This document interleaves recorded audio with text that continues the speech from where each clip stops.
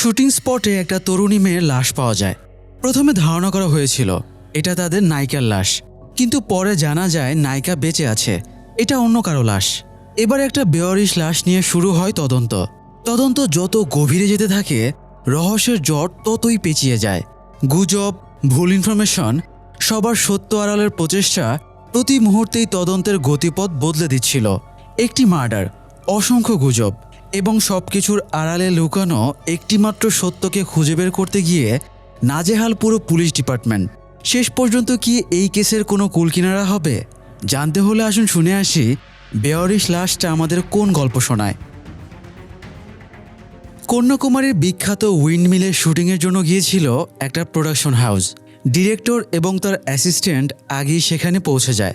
তারা জায়গাটার কোন অ্যাঙ্গেল থেকে শ্যুট করবে সেগুলো অ্যানালাইসিস করছিল। এ সময় তারা ডেড বডির মতো একজনকে পড়ে থাকতে দেখে। তবে ওরা চমকায় না, কারণ সিনেমার নায়িকার একটা মৃত্যুর সিন আছে। এই জন্য নায়িকার আদলে একটা ডামি বানাতে দেওয়া ছিল। ডামিটাকে মৃত লাশের মতো করে বানানোর ইনস্ট্রাকশন দেওয়া ছিল। তাই ওরা ভাবে এটাই সেই ডামিটা। তবে দেখতে একদম রিয়েল মনে হচ্ছিল। তাই ডিরেক্টর, মেকআপ আর্টিস্ট এবং আর্ট ডিরেক্টরের বেশ প্রশংসা করে। একটু পরে ক্রুয়ের বাকিরাও চলে আসে। ওদের ভেতরে মেকআপ আর্টিস্ট এবং আর্ট ডিরেক্টরও ছিল। ওরা জানায় ডামি ডেড বডি তো এখনও ডেলিভারি হয়নি। এটা শুনে ডিরেক্টরের কপালে চিন্তার ভাঁজ পড়ে যায়। তারা আবারও ডেড বডির কাছে গিয়ে দেখে এটা কোনো ডামি না, বরং এটা কোনো তরুণীর লাশ। তবে লাশের কন্ডিশন এমন ছিল যে বোঝার উপায় নেই এটা কার লাশ। প্রোডাকশন ম্যানেজার নায়িকা মামথাকে ফোন করে, তবে তাকে পাওয়া যায় না। হোটেল এবং অন্যান্য জায়গাতে ফোন করেও নায়িকা মামথার কোনো ট্রেস পাওয়া যায় না। জানা যায় সে 3 দিন ধরে নিখোঁজ।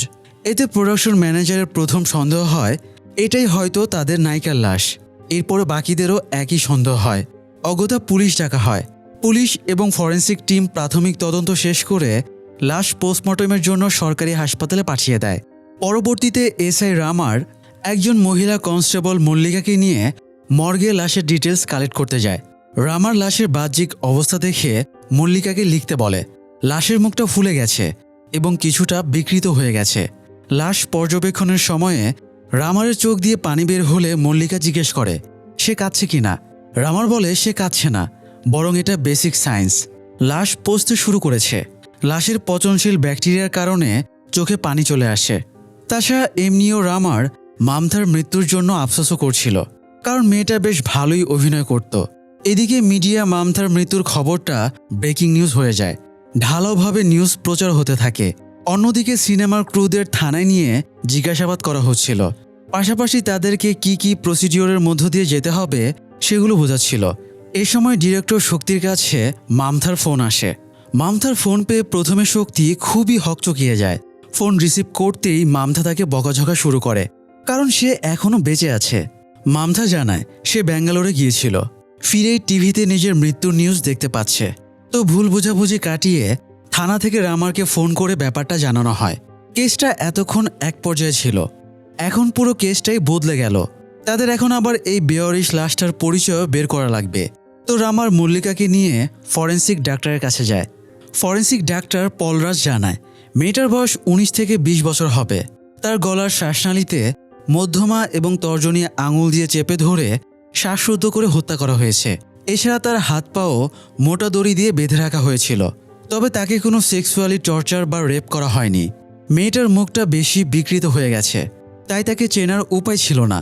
এমনকি মেয়েটার অরিজিনাল চেহারার সাথে মিলাতে গেলেও মেলানো যাবে না। তাই ফরেন্সিক ডাক্তার স্কেচ আর্টিস্টকে দিয়ে মেয়েটার চেহারা আঁকাতে পরামর্শ দেয়। তাই একজন স্কেচ আর্টিস্টকে ডেকে মেয়েটার চেহারা আঁকানো হয়। এরপরে সেটা পত্রিকায় ছাপানো হয়। স্কেচ দেখে এডওয়ার্ড নামের একটা ছেলে চিনতে পেরে তার বন্ধু টনির কাছে গিয়ে ব্যাপারটা জানায়। টনির একজন গার্লফ্রেন্ড ছিল যার নাম ভেলোনি। স্কেচের মেয়েটা দেখতে একদম ভেলোনির মতোই। তবে টনি সেটা অস্বীকার করে এবং বলে এটা হয়তো অন্য কেউ। তাছাড়া সে জানায় ভেলোনির সাথে তার ব্রেকআপ হয়ে গেছে এবং 2 সপ্তাহ ধরে ওদের যোগাযোগ নেই। তবে এডওয়ার্ড সোজা থানায় চলে যায় এবং রামারকে ভেলোনির ব্যাপারটা জানায়। এডওয়ার্ড জানায় সে ভেলোনিকে পার্সোনালি চেনে না, তবে মাঝে মধ্যে সে চার্চে আসতো। তার মা একটা লজ চালায় যেটার নাম অ্যাঞ্জেল লজ। যদিও এডওয়ার্ড এখানে পুরস্কারের লোভে ইনফরমেশন দিতে এসেছিল। রামার সত্যতা যাচাইয়ের জন্য কনস্টেবলকে ফোন করে খোঁজ নিতে বলে। কনস্টেবল খোঁজ নিয়ে জানায় অ্যাঞ্জেল লজে সত্যি ভেলোনি নামে একটা মেয়ে থাকতো, তবে সে 3 দিন ধরে নিখোঁজ। তো রামার ভেলোনির মা রুবিকে মর্গে এসে লাশটা শনাক্ত করতে বলে। তো ভেলোনির মা রুবি এবং ভেলোনির ফিয়ন্সি ভিঘ্নেশ লাশ শনাক্তের জন্য আসে। প্রথমে ভিঘ্নেশ লাশটা দেখতে যায় এবং ফিরে এসে কাঁদতে কাঁদতে বলে এটা ভেলোনেরই লাশ। এবার ভেলোনির মাও কান্নায় ভেঙে পড়ে।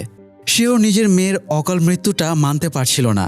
যদিও ভেলোনির লাইফটা বেশ কমপ্লিকেটেড ছিল, বিশেষ করে মায়ের এবং তার দুজনের মেন্টালিটি আলাদা হওয়ায় ঝামেলা লেগেই থাকতো। তাছাড়া ভেলোনির মা এক্সট্রা প্রোটেক্টিভ ছিল। তবুও ভেলোনির টনি নামের একজনের সাথে বেশ ভালো সম্পর্ক ছিল। টনি গান এবং গিটার দুটোতেই বেশ ভালো ছিল। মা বাড়িতে না থাকলে ভেলোনি প্রায় সময় টনিকে ডেকে আনতো। এমনিতে তাদের বাড়িটা একটা লজ। ভেলোনির মা রুবি এই অ্যাঞ্জেল লজটা চালাতো, তাই প্রায় সময় মানুষের আসা যাওয়া লেগেই থাকতো। বিশেষ করে ভেলোনির ফিয়ন্সি ভিঘ্নেশের এখানে অবাধ যাওয়া আসা। যদিও ভেলোনি ভিঘ্নেশকে একটুও পছন্দ করে না, তার মা জোর করে ভিঘ্নেশের সাথে বিয়ে দিতে চায়। তো একদিন ভেলোনি টনিকে ডেকে সময় কাটাচ্ছিল। ভিঘ্নেশ এটা দেখে রেগে যায়। সেদিনই রাতে ভেলোনি কিচেনে রান্না করছিল, তখন বাইরে থেকে ভিঘ্নেশ তাকে লোলুপ দৃষ্টিতে দেখছিল। ভেলোনি সেটা খেয়াল করে চমকে যায়। ভিঘ্নেশ এ সময় ড্রিঙ্ক করে মাতাল হয়েছিল। সে ভেতরে ঢুকতে চাইলে ভেলোনি দরজাটা ভালোভাবে আটকে দেয়, কারণ সে বুঝতে পারছিল ভিঘ্নেশের কুমতলব আছে। পরের দিন সকালে ভিঘ্নেশ এসে ভেলোনির মায়ের কাছে চা খেতে চায়। সে ভেলোনিকে বলে রাতে সে আচরণটা ঠিক করেনি। ভেলোনি আবারও ভিঘ্নেশের সাথে রুড আচরণ করলে ভেলোনির মা রুবি বাধা দেয় এবং ভিঘ্নেশের কাছে ক্ষমা চাইতে বলে। রুবি মনে করিয়ে দেয় ভিঘ্নেশ ভেলোনির হবু বর, তাই ভিঘ্নেশের ভেলোনির কাছে থাকার অধিকার রয়েছে। ভেলোনি আজও স্পষ্ট করে বলে দেয় তার এই বিয়েতে একদমই ইচ্ছে নেই। মাই নিজের ইচ্ছাটা তার ওপরে চাপিয়ে দিচ্ছে। তবে এবারও ভেলোনির ইচ্ছার কোনো মূল্য দেওয়া হয় না। ভিঘ্নেশ ভেলোনিকে কলেজ পর্যন্ত দিয়ে আসতে চাইলে ভেলোনি বাধা দেয়, তবে রুবি বাস স্টপ পর্যন্ত ছেড়ে আসার অনুমতি দেয়। এমনিতে ভেলোনির সৌন্দর্যে সবাই মুগ্ধ হয়ে থাকত। সে বাইরে বের হবার সময়ে লজের ভাড়াটিয়ারা চাতক পাখির মতো তাকিয়ে থাকত। সেদিনের মতো ভিঘ্নেশ ভেলোনিকে বাস স্টপে রেখে চলে আসে। এর একটু পরেই সেখানে টনি হাজির হয়। তবে ভেলোনি টনিকে না চেনার ভান করে। সে টনির সাথে কথা না বলেই বাসে উঠে যায়। তখন টনিও বাসে ওঠে এবং ভেলোনিকে পাশ কাটিয়ে কিছুটা সামনে গিয়ে দাঁড়িয়ে ভেলোনিকে দেখতে থাকে। এতে ভেলোনি খুশি হবার বদলে বেশ অস্বস্তি এবং বিরক্ত বোধ করে। টনিও কোনো কারণে ভেলোনির সাথে কথা বলার সাহস পাচ্ছিল না। দুজনের মাঝে এক নীরব সমস্যার ইঙ্গিত দিচ্ছিল। ভেলোনির জীবনটা মূলত এরকমই কমপ্লিকেটেড ছিল। তো যাই হোক, ভেলোনির লাশ যেহেতু শনাক্ত হয়েছে, তাই সব প্রসিডিউর শেষ করে তার পরিবারকে লাশ হস্তান্তর করা হয়। ভিঘ্নেশকে পুলিশ জিজ্ঞাসাবাদ করলে সে জানায় রবিবার দুপুরে ভেলোনি আন্টির বাড়িতে যাবার জন্য বের হয়েছিল। ভেলোনি ভিঘ্নেশকে সন্ধ্যায় 7টায় এসে ভেলোনিকে নিয়ে যাবার কথা বলেছিল। তবে সেদিন ভিঘ্নেশ বেশি ড্রিঙ্ক করে বেহুশ হয়ে গিয়েছিল। তাছাড়া ওই দিন প্রচুর বৃষ্টিও হয়েছিল। এমনিতে রুবি মেয়ের রাতে বাইরে থাকার ব্যাপারটা পছন্দ করত না, তবুও আবহাওয়ার বিবেচনায় ভিঘ্নেশ রুবিকে বুঝিয়ে শান্ত করে। পরের দিন সকালে ভিঘ্নেশ ভেলোনির খোঁজে গিয়ে দেখে সে নেই। নেক্সট আরও 2 দিন তারা ভেলোনিকে খুঁজেও তার কোনো ট্রেস পায়নি। পুলিশ জানতে চায় তাহলে ওরা পুলিশে কমপ্লেন করলো না কেন। ভিঘ্নেশ জানায় এর আগেও ভেলোনি কয়েকদিনের জন্য গায়েব হয়ে গিয়েছিল, পরে আবারও ফিরে এসেছিল। তাদের ধারণা ছিল এবারও ভেলোনি ফিরে আসবে। তাছাড়া এবছরই তাদের বিয়ে হবার কথা ছিল, তাই পুলিশি ঝামেলায় ওরা যেতে চাইছিল না। তো সব শুনে পুলিশ আর ভিঘ্নেশকে কিছু বলে না। ভেলোনির ফিউনারেলে তার আন্টিও এসেছিল। রামার ভেলোনির আন্টিকে সাইডে ডেকে জানতে চায় ভেলোনি তার বাড়িতে গিয়েছিল কিনা। ভেলোনির আন্টি জানায় ভেলোনি বহুদিন তার বাড়িতে যায়নি, কারণ রুবি সেটা পছন্দ করতো না। তাছাড়া ভেলোনির যদি তার বাড়িতে যাবার ইচ্ছা থাকতোই তাহলে আগে থেকে জানিয়ে রাখত। এবার পুলিশ কনফিউজড হয়ে যায়, কারণ ভিঘ্নেশ আর ভেলোনির আন্টি দুজনেই দুরকম কথাবার্তা বলছে। ভিঘ্নেশের কথা মতো ভেলোনি তার আন্টির বাড়ি গিয়েছিল, আবার ভেলোনির আন্টির ভাষ্যমতে ভেলোনি তার বাড়িতে আসেনি। তাই দুজনের একজন অবশ্যই মিথ্যা বলছে। তবে পুলিশের সন্দেহ ভিঘ্নেশই মিথ্যা বলছে, তাই ওকে তুলে নিয়ে যাওয়া হয় এবং একটা লজে ঢুকিয়ে উত্তম মধ্যম দেওয়া হয়। তবুও ভিঘ্নেশ একই কথা বলে, সে ভেলোনির সাথে কিছুই করেনি। এদিকে মাদুরাই কোর্টের চিফ জাস্টিস জগিংয়ে বেরিয়ে একজনের মাধ্যমে কেসটার ব্যাপারে জানতে পারে। মূলত পত্রিকাতে ভেলোনির কেসটাকে সেকেন্ড পেজে হাইলাইট করা হচ্ছিল, যেহেতু প্রথমে লাশটাকে নায়িকা মামতার লাশ ভেবে কনফিউশন হয়েছিল। আবার 2 দিন ধরে লাশটা মাঠের ভেতরে পড়েছিল, তাছাড়া পুলিশ এখন পর্যন্ত কোনো এফআইআরও দায়ের করেনি, তাই পত্রিকাতে পুলিশের গাফলতির অভিযোগ করা হচ্ছিল। ফলে প্রশাসন প্রশ্নবিদ্ধ হওয়ায় কেসটা আদালত সুওমোটো কেস হিসেবে গ্রহণ করে। সুওমোটো মূলত একটা আইনি প্রক্রিয়া, যেখানে বাদীপক্ষ মামলা না করা সত্ত্বেও আদালত কেসের গুরুত্ব বিবেচনায় নিজেরাই রাষ্ট্রের পক্ষ থেকে ভিকটিমের হয়ে মামলা করে। তো চিফ জাস্টিস সদাশিভম এসপিকে ডেকে সুওমোটো কেস হিসেবে তদন্তের নির্দেশ দেয়।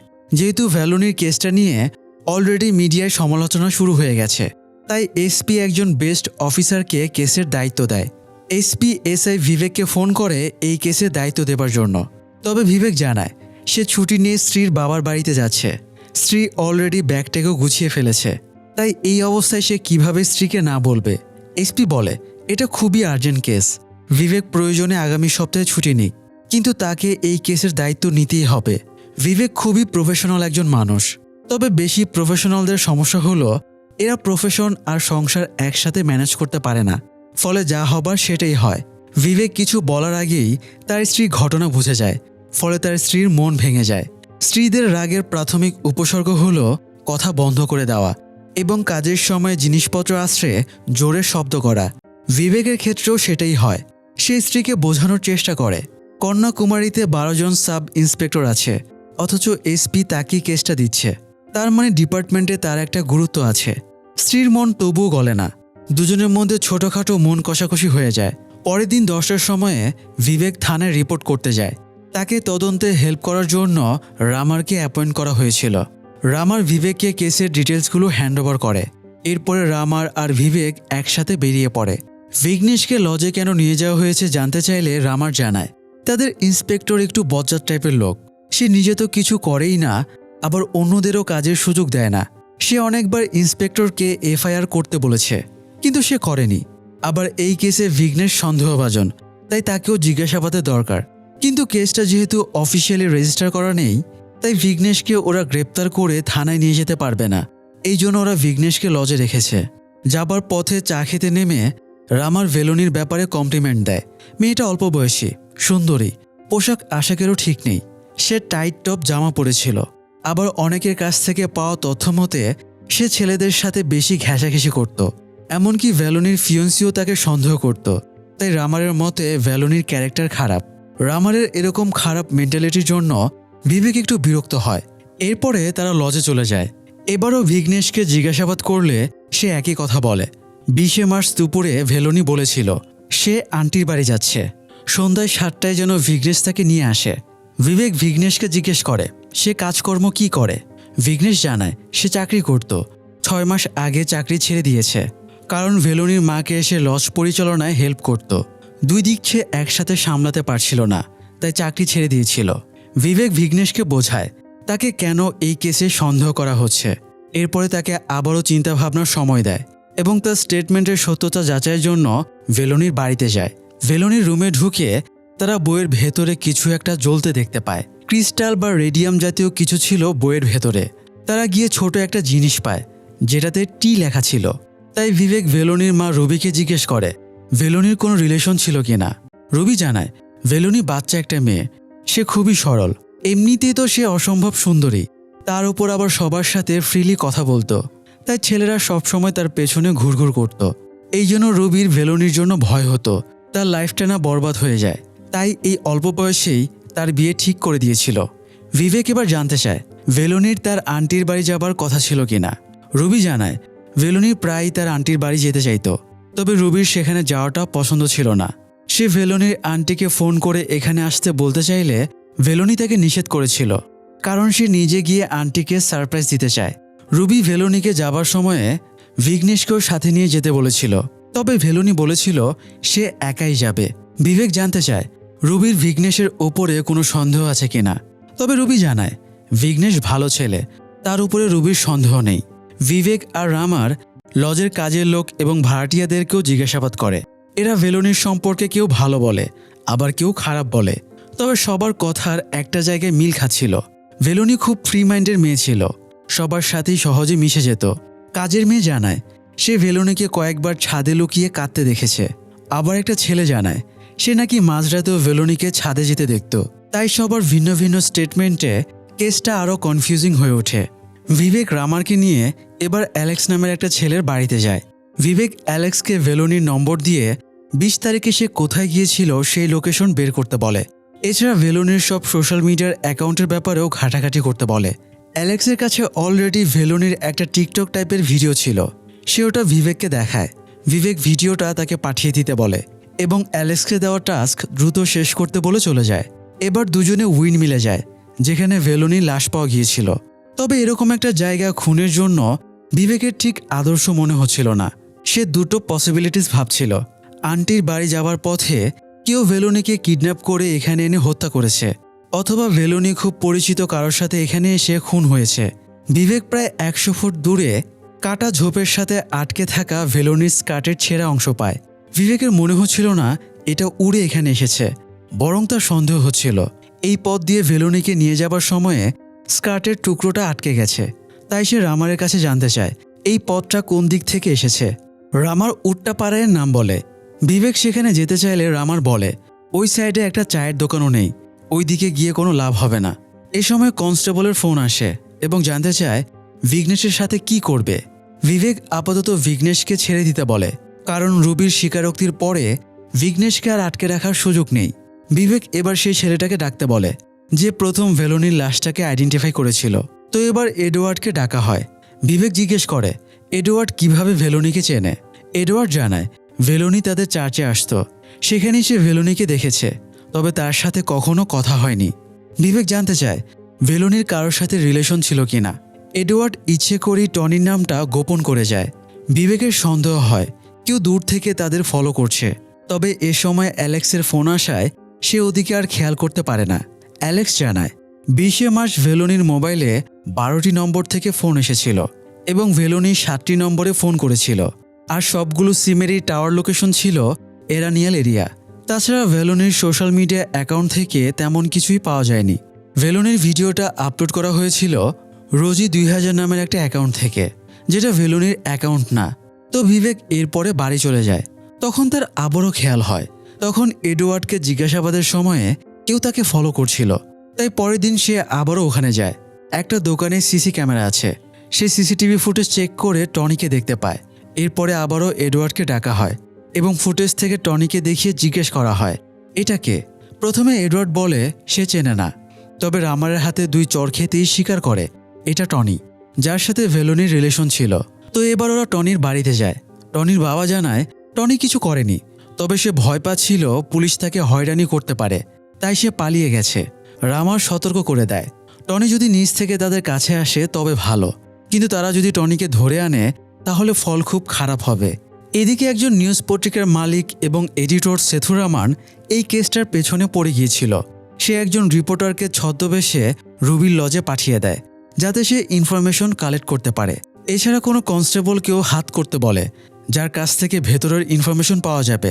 আসলে পত্রিকার ভিউ বাড়াতে সে ভেলোনির নেগেটিভ ক্যারেক্টার সম্পর্কে ইনফরমেশন চাইছিল, কারণ মানুষ ভালোর চেয়ে খারাপ খবরগুলি বেশি পছন্দ করে। যাই হোক, বিবেক এবার রুবির লজ থেকে রেজিস্টারগুলো কালেক্ট করে, যাতে এখন পর্যন্ত কারা লজে উঠেছিল তাদের ব্যাপারে জানা যায় এবং ভেলোনির কেসে কারো সম্পৃক্ততা আছে কি না জানা যায়।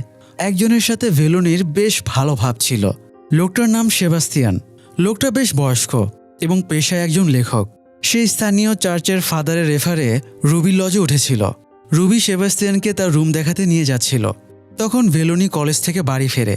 ভেলোনিকে দেখিয়ে রুবি তাকে বকাঝকা শুরু করে, কারণ আজকে একজন স্টাফ না থাকায় সে ভেলোনিকে আজ তাড়াতাড়ি আসতে বলেছিল, অথচ ভেলোনি আসতে অনেক লেট করেছে। রুবি ভেলোনিকে সেবাস্তিয়ানের রুমটা দেখিয়ে দিতে বলে। ভেলোনির খুব খিদে পেয়েছিল, তবুও মায়ের অর্ডার পালন করতে সে সেবাস্তিয়ানকে রুমে নিয়ে যায়। রুম দেখে সেবাস্তিয়ানের বেশ পছন্দ হয়। ভেলোনি সেবাস্তিয়ানকে বলে, আশা করি আমার বস আপনার সাথে রুড বিহেভ করেনি। সেবাস্তিয়ান অবাক হয়ে বলে, আমি তো ভাবলাম উনি তোমার মা। ভেলোনি বলে, এমনিতে তো ওই মহিলা তার মা, তবে সোম থেকে শুক্রবার পর্যন্ত সে তার বস। ভেলোনির কথা শুনে সেবাস্তিয়ান হেসে ফেলে। সন্ধ্যায় সেবাস্তিয়ান লেখালেখি করছিল, তখন ভেলোনি আর রবির ঝগড়ার আওয়াজ শুনতে পায়। এতে সে বুঝে যায় এদের মা মেয়ের মাঝে সম্পর্ক ঠিক নেই। ভেলোনি মায়ের বকাঝকা টলারেট করতে না পেরে রুমে ঢুকে দরজা আটকে দেয়। এরপর ট্র্যাঙ্ক খুলে বাবার পুরনো জুতো এবং চশমা পরে কিছুক্ষণ বসে থাকে। এতে তার মন ভালো হয়ে যায়। এরপরে সে রাতে ছাদে যায়। ছাদে তখন সেবাস্টিয়ান সিগারেট খাচ্ছিল।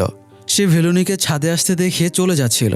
তাই ভেলোনি তাকে আটকে বলে, আমি তো ভাবছিলাম আপনার সাথে গল্প করব। ভেলোনি বেঞ্চে তার পাশের সিটে সেবাস্টিয়ানকে বসতে বলে। তবে সেবাস্টিয়ান সেই বেঞ্চে না বসে সামনের অন্য একটা বেঞ্চে বসে। সেবাস্টিয়ান জানতে চায় ওদের মা মেয়ের মাঝে কোনো সমস্যা চলছে কিনা, কারণ সে ওদের ঝগড়া শুনেছে। ভেলোনি একটু আপসেট হয়ে বলে তাদের মধ্যকার ঝামেলা কখনো শেষ হবে না। সে যখন 6 বছরের তখন তার বাবা মারা যায়। এরপর থেকে মায়ের দায়িত্ব অনেক বেড়ে যায়। তবে দায়িত্ব পালন করতে গিয়ে মা মেয়ের প্রতি কর্তব্যগুলো ভুলে গেছে। ভেলোনি ভিঘ্নেশের সাথে বিয়ের ব্যাপারটাও শেয়ার করে এবং জানায় সে এই বিয়েতে রাজি না। সেবাস্টিয়ান এই ব্যাপারে রুবির সাথে খোলাখুলি কথা বলার পরামর্শ দেয়।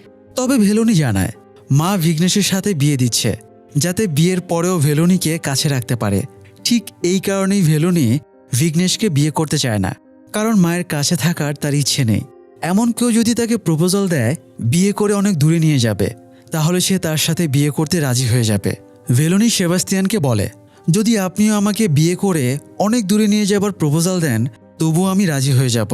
ভেলোনির কথা শুনে সেবাস্টিয়ান হকচকিয়ে যায়। তবে পরক্ষণেই ভেলোনির হাসি দেখে সে বুঝে যায় ভেলোনি ফাজলামি করছে। সেবাস্টিয়ান এবার জানতে চায় ভেলোনির বাবা মারা যাবার পরে তার মা কি আর বিয়ে করেনি। ভেলোনি এবার ভ্রু কুঁচকে দুষ্টমি করে বলে, কি ব্যাপার, আমাকে ফেলে এবার আমার মাকে প্রপোজের কথা ভাবছেন নাকি? ভেলোনির দুষ্টুমি দেখে সেবাস্টিয়ান আবারও হেসে ফেলে। মূলত ভেলোনি এভাবেই সবার সাথে ফ্রি হয়ে যেত।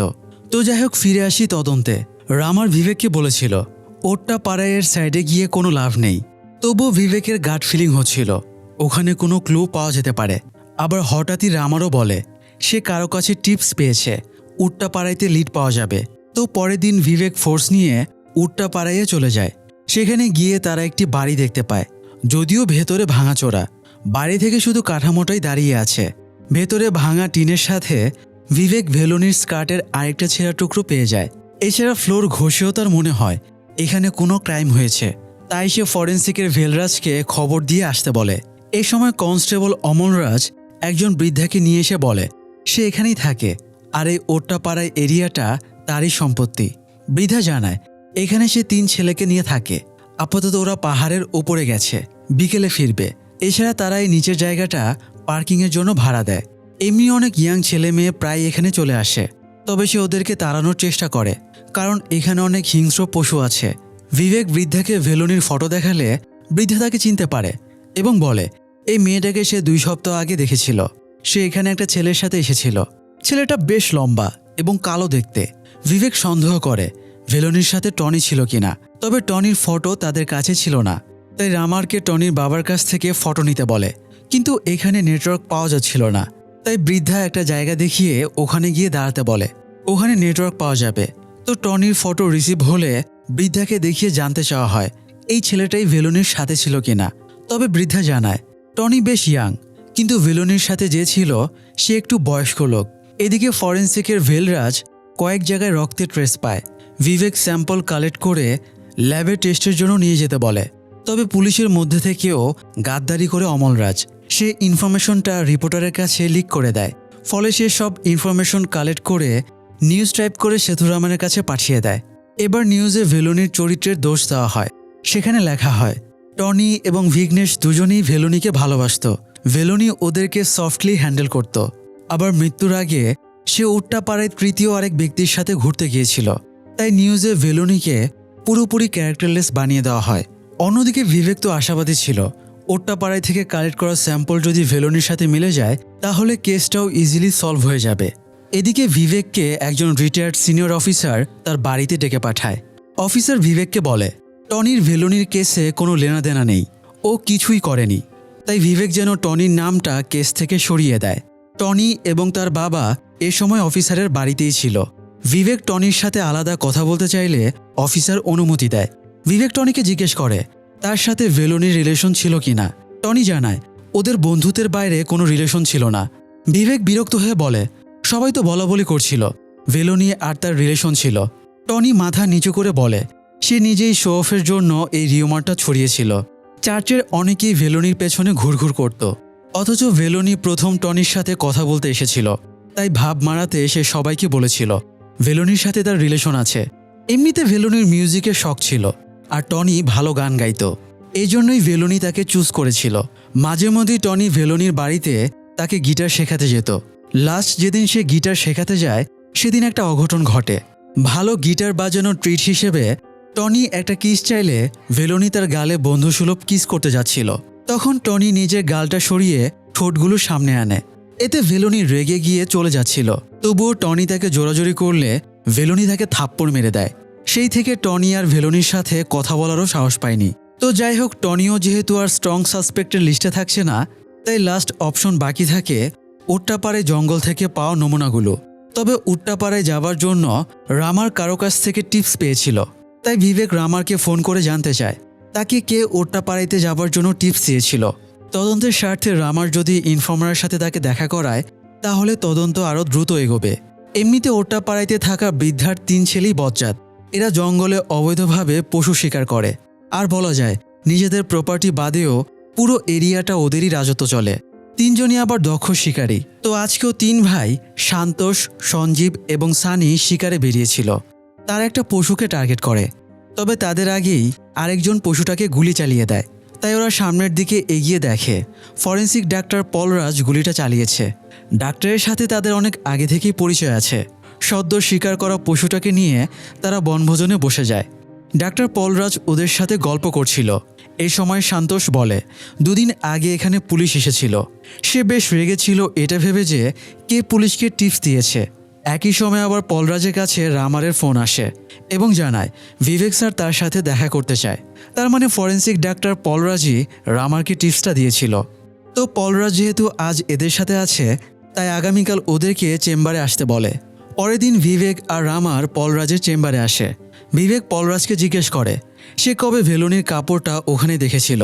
পলরাজ জানায় সে শনিবারে ওখানে ছেঁড়া কাপড়টা দেখেছিল। এবার বিবেক জানতে চায় পলরাজ ওখানে কেন গিয়েছিল।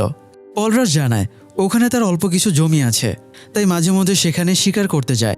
পলরাজ সান্তোষ, সঞ্জীব এবং সানির ব্যাপারেও যা কিছু জানতো সেগুলো বিবেককে জানায়। তবে সবচেয়ে ডেঞ্জারাস ব্যাপার হলো সান্তোষদের বিরুদ্ধে এর আগে থেকেই কয়েকটা খুনের মামলা রয়েছে।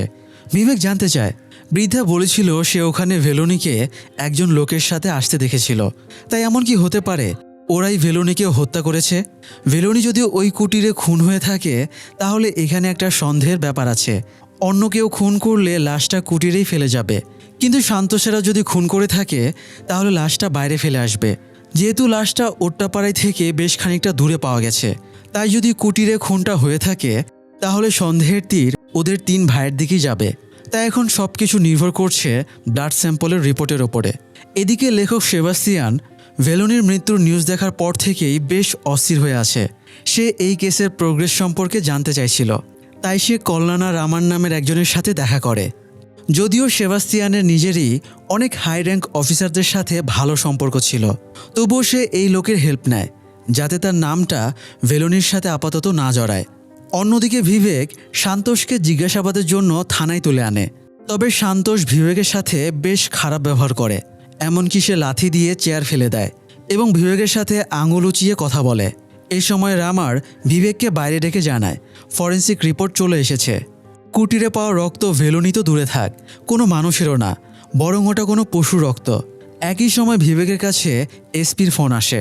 এসপি জানতে চায় বিবেক সান্তোষ নামের কাউকে থানায় এনেছে কিনা। এসপি সান্তোষকে ইমিডিয়েটলি ছেড়ে দিতে বলে, কারণ উপরমহল থেকে তার উপরে অনেক প্রেশার আসছে। তাছাড়া কুটিরের রক্ত যেহেতু ভেলোনির না, তাই সান্তোষকে আটকে রাখার মতো কোনো স্ট্রং এভিডেন্সও থাকছে না। এই জন্য সান্তোষকে ছেড়ে দেওয়া হয়। তবে সান্তোষ চলে যাবার আগে বিবেককে খোঁটা দিয়ে বলে যায়, কি কোনো ফোন টোন এসেছিল নাকি? এদিকে সেবাস্তিয়ানকে কল্যাণা রামান ফোন করে জানায় সে বেশ কিছু তথ্য কালেক্ট করতে পেরেছে। সে কেসের বর্তমান অবস্থা জানায়।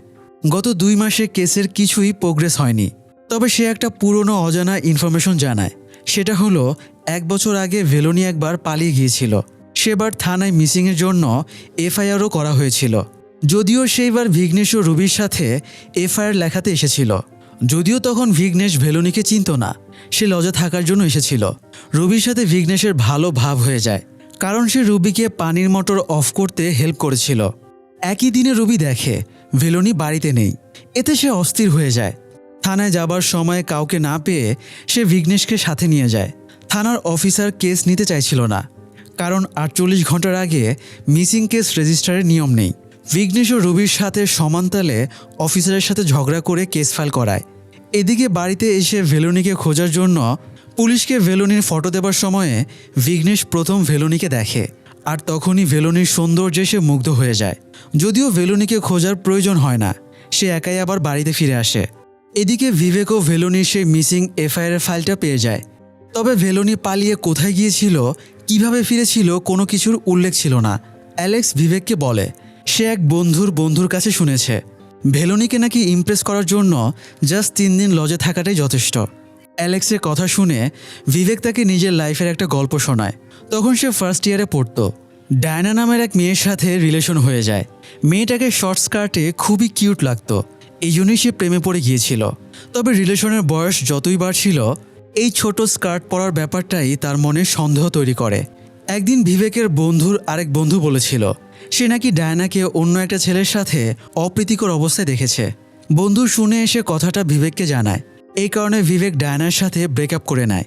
যদিও ডায়না কান্নাকাটি করে বলেছিল এসব মিথ্যা, সে কিছু করেনি, তবুও বিবেক ডায়নার কথা শোনেনি। এর প্রায় 5 বছর পরে বিবেকের ডায়নার সাথে আবারও দেখা হয়। তবে ডায়না তখন মৃত। ডায়নাকে তার হাজব্যান্ড হত্যা করেছিল, আর সে কেসটা তদন্তের দায়িত্ব বিবেকই পেয়েছিল। তখন বিবেক বুঝতে পারে সেদিন ডায়না তাকে সত্যি বলেছিল। মিথ্যা গুজবের ওপরে বিশ্বাস করে সে যদি ডায়নার সাথে ব্রেকআপ না করত, তাহলে হয়তো ডায়না আজও বেঁচে থাকতো। তাই ভেলোনি ভালো হোক বা খারাপ, বিবেক যখনই ভেলোনির ফটো দেখে তার ডায়নার কথা মনে পড়ে যায়। তো যাই হোক, পরের দিন বিবেক ভেলোনির কলেজে যায়। ভেলোনির ক্লাসমেটরা জানায় পত্রিকায় ভেলোনির নামে যা কিছু লেখা হচ্ছে সব মিথ্যা। বিবেক ভেলোনির বেস্ট ফ্রেন্ডকে আলাদা ডেকে কথা বলে। সে ভেলোনি আর টনির রিলেশনের কথা জিজ্ঞেস করলে মেয়েটা জানায় ভেলোনির ভাষ্যমতে টনির সাথে তার কোনো রিলেশন ছিল না। এবার বিঘ্নেশের ব্যাপারে জিজ্ঞেস করলে মেয়েটা জানায় সে যখনই ভেলোনিকে বিঘ্নেশের ব্যাপারে জিজ্ঞেস করত, ভেলোনির চেহারায় আতঙ্ক ফুটে উঠত। তাই বিবেকের আবারও বিঘ্নেশের ওপরেই সন্দেহ চলে আসে। তাই সে অ্যালেক্সকে দিয়ে বিঘ্নেশের কল ডিটেলস বের করে। কল ডিটেলস অনুযায়ী ভেলোনির মৃত্যুর দিনে একই নম্বরে বিঘ্নেশ 3 বার কথা বলেছিল। তাই সে ওই নম্বরে ফোন দিয়ে বিঘ্নেশকে চেনে কিনা জানতে চায়। তবে লোকটা বিঘ্নেশকে চিনতে না পেরে কল কেটে দেয়। এর ঠিক একটু পরেই লোকটা আবারও কল ব্যাক করে জানায় সে বিঘ্নেশকে পার্সোনালি চেনে না, তবে বিঘ্নেশ তার এক বন্ধুর ক্লোজ বন্ধু। সে বন্ধুর সাথেই তার ওই দিন বিঘ্নেশের ফোনে কথা হয়েছিল। অর্থাৎ হিসেব যা দাঁড়াচ্ছে, ভেলোনি যেদিন আন্টির বাড়ির কথা বলে বের হয়েছিল সেদিন বিঘ্নেশের সাথে তার বন্ধুও লজে ছিল। তো বিঘ্নেশের বন্ধু ওই দিন চলে গিয়েছিল নাকি বিঘ্নেশের সাথেই ছিল, এটা জিজ্ঞাসাবাদের জন্য বিবেক ফোর্স নিয়ে লজে যায়। তবে বিঘ্নেশ মদ কেনার জন্য অনেকক্ষণ আগেই বাইক নিয়ে বেরিয়ে গেছে, তাই তাকে পাওয়া যায় না।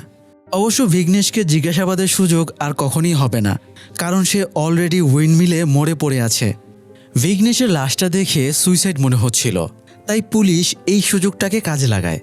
স্বয়ং আইজি প্রেস কনফারেন্সে এসে বলে ভেলোনির একাধিক ছেলের সাথে রিলেশন ছিল, বিঘ্নেশ সেটা মানতে পারেনি। কয়েকবার ওয়ার্নিং দেবার পরেও ভেলোনি না শোনায় বিঘ্নেশ তাকে হত্যা করেছে। এরপরে সেই অপরাধবোধ থেকে নিজেও সুইসাইড করেছে। এভাবে পুলিশ মূলত কেসটাকে ক্লোজ করে দেয়।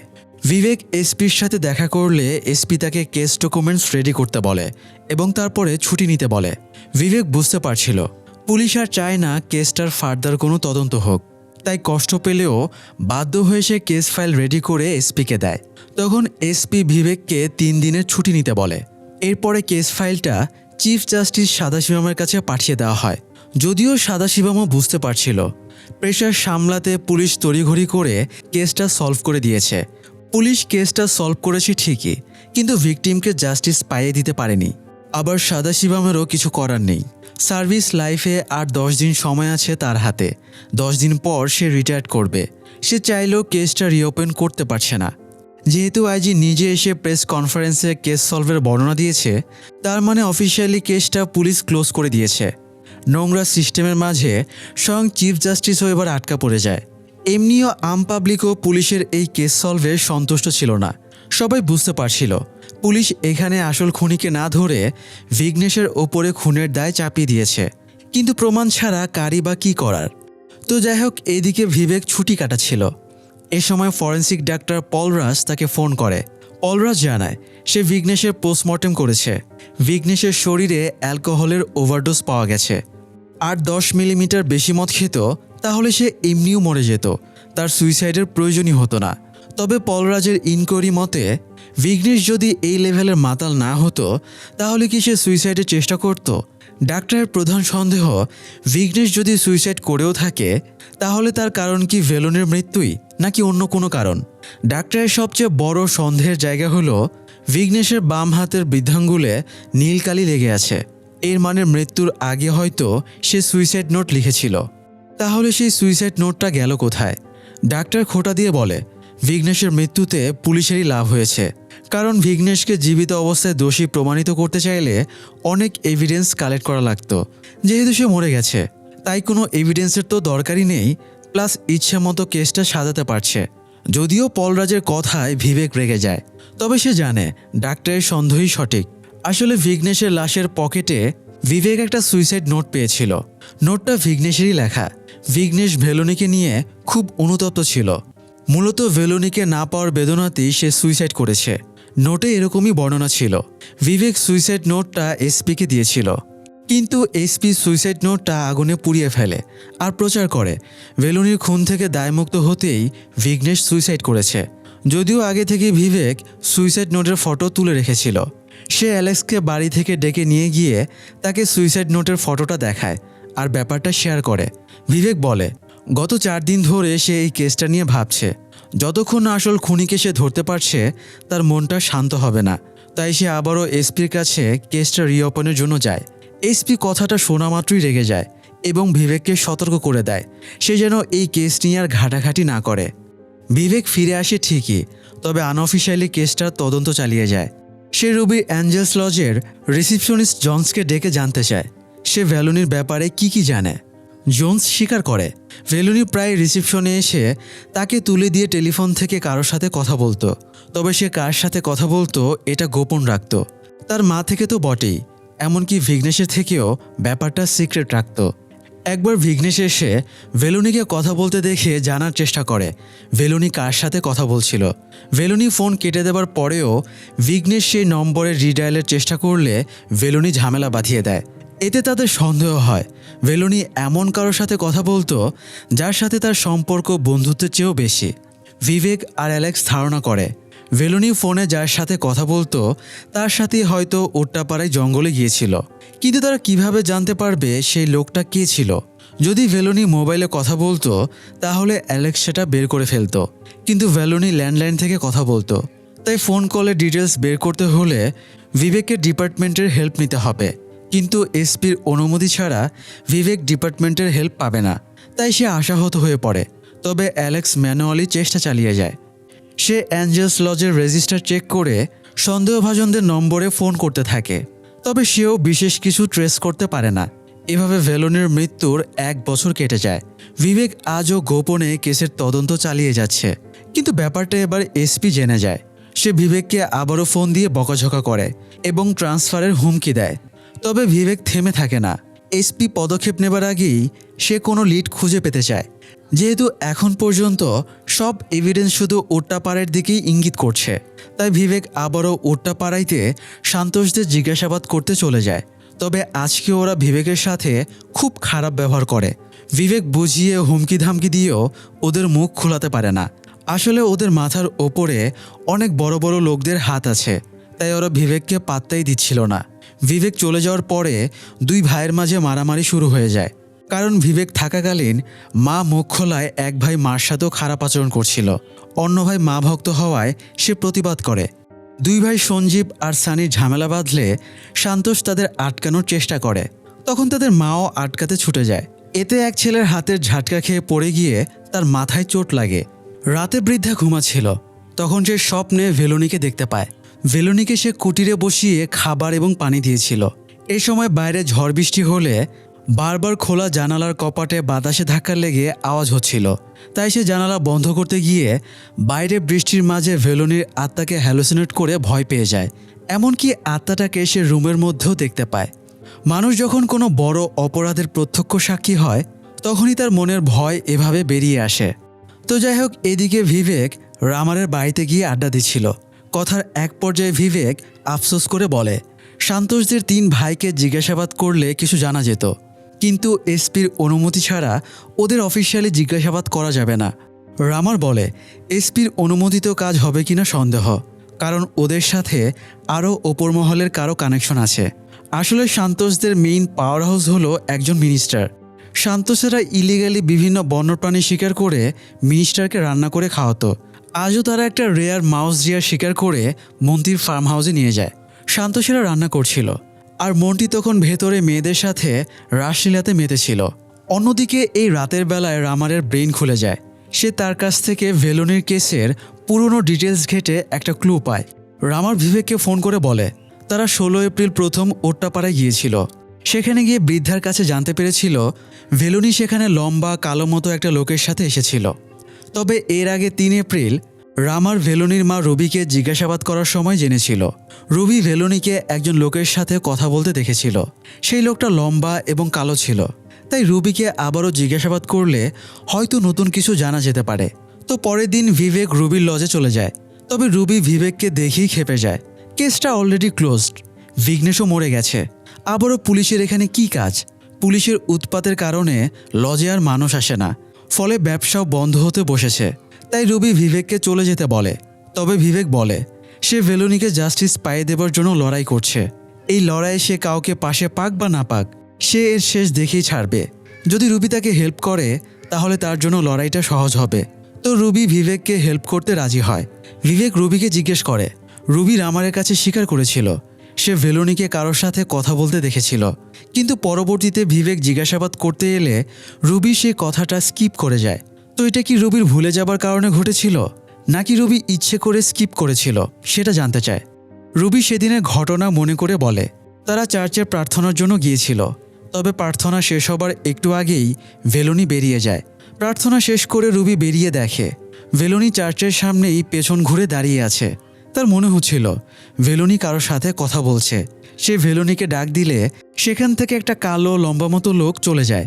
রুবি প্রথমে ভেলোনিকে বকাঝকা করে, কারণ সে আগে আগেই বেরিয়ে এসেছে। এরপরে জিজ্ঞেস করে সে কার সাথে কথা বলছিল। ভেলোনি অস্বীকার করে বলে সে কারোর সাথেই কথা বলেনি। রুবি একাধিকবার প্রশ্নটা করলেও ভেলোনি তা অস্বীকার করে। রুবি বুঝতে পারছিল তার আর ভেলোনির সম্পর্কটা খুব বেশি কমপ্লিকেটেড হয়ে যাচ্ছে। তাই সে সুপার শপে কেনাকাটা করে বাড়ি ফিরে ভেলোনিকে নিয়ে আলোচনায় বসে। রুবি বলে সে ভেলোনির সাথে স্ট্রিক্ট আচরণ করে যাতে ভেলোনির লাইফটা নষ্ট না হয়ে যায়। কিন্তু ভেলোনি মায়ের এই স্ট্রিক্ট আচরণ টলারেট করতে পারছিল না। মা তাকে সব কিছুতেই সন্দেহ করত। ভেলোনি জিজ্ঞেস করে ছেলেরা আমার পেছনে ঘোরে, এটা কি আমার দোষ? রুবি বলে সেটা দোষ না, কিন্তু ভেলোনি ওদেরকে সুযোগ দেয়, এটাই দোষ। ভেলোনি শুধরে গেলে রুবি আর তার সাথে স্ট্রিক্ট আচরণ করবে না। এটা শুনে ভেলোনি একটা আবদার করে বসে।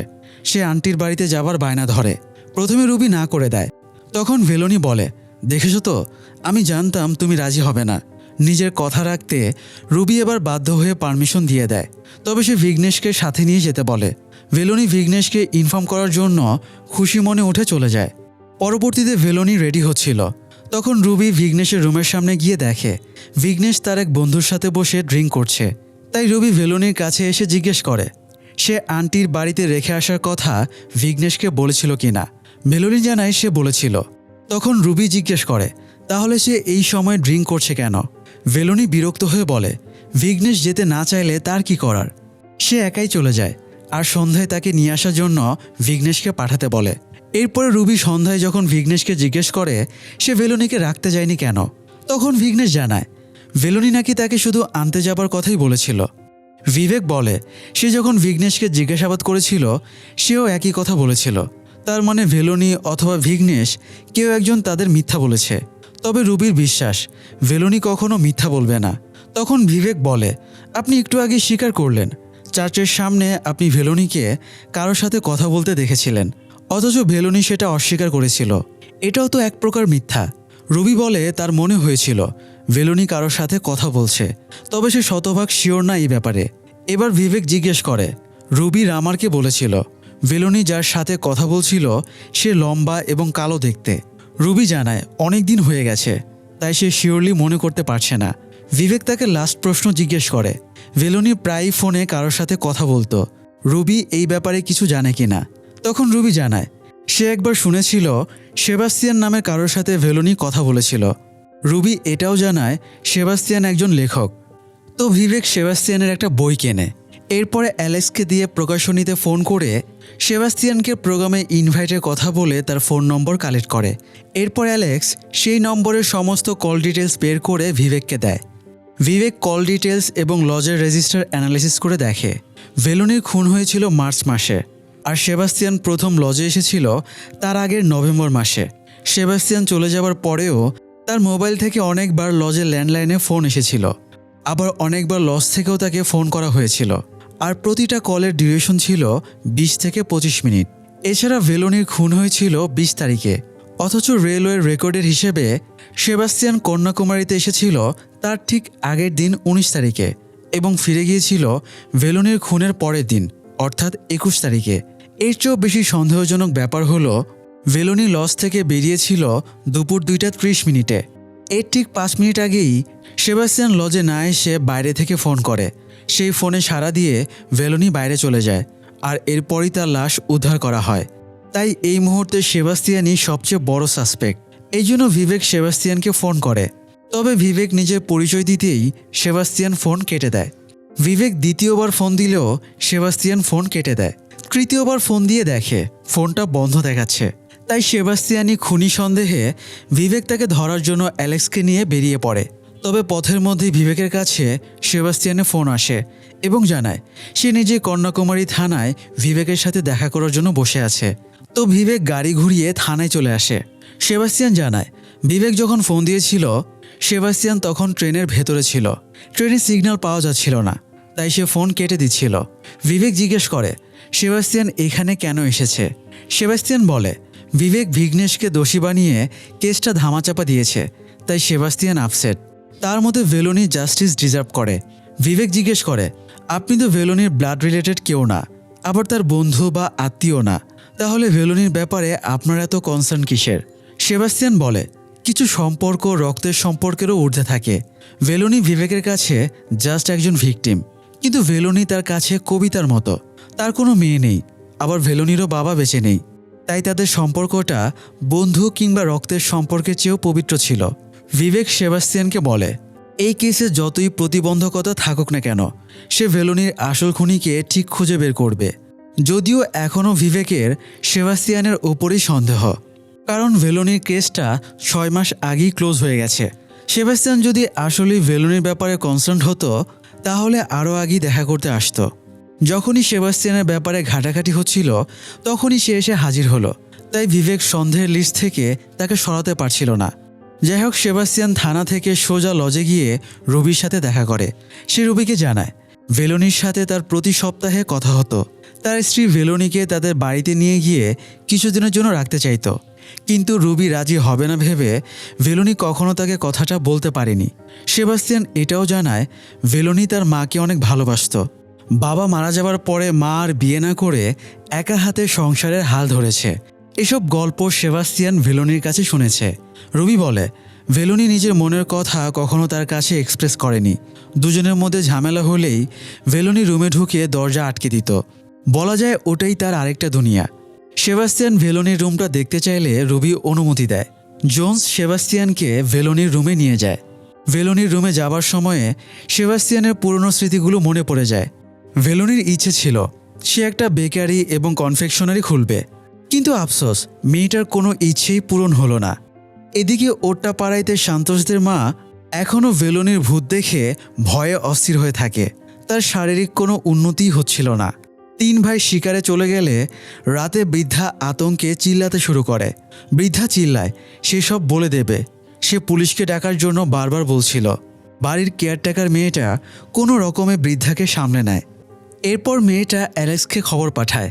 অ্যালেক্স ভিভেককে জানালে সে তখনই বেরিয়ে পড়ে।